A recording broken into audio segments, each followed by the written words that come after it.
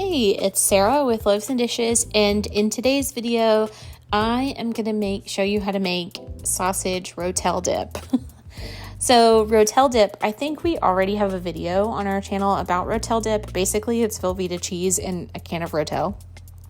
It's like the easiest and best dip to take to a party, but my friend Lane makes it with sausage, and it's so good. We had game night last night and she made this, and we were all like basically licking the crock pot clean to get all of the cheese out. That's an exaggeration. Nobody licked the crock pot, but like that's how we all felt.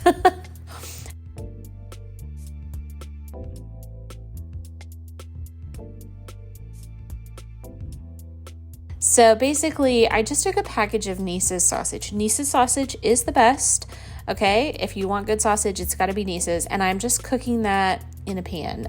You want it to be pre-cooked before you put it in with your cheese. It's just easier and faster this way, and I'm chopping it up so that it's like ground. And then if there's any extra fat, you'd want to drain the fat. This didn't have very much fat in it, so I just left it alone. I added a can of Rotel, and then I'm adding an entire block of Velveeta cheese. You could also add a block of cream cheese to this too if you wanted to tone down the sharpness of the Velveeta, but I didn't want to do that because I wanted like sharp cheddar taste or sharp cheese taste. But I'm just chopping this Velveeta up. I'm giving it a really rough chop. Before anybody says anything in the comments, no, Velveeta is not good for you. I'm not sure if it's actually even real cheese.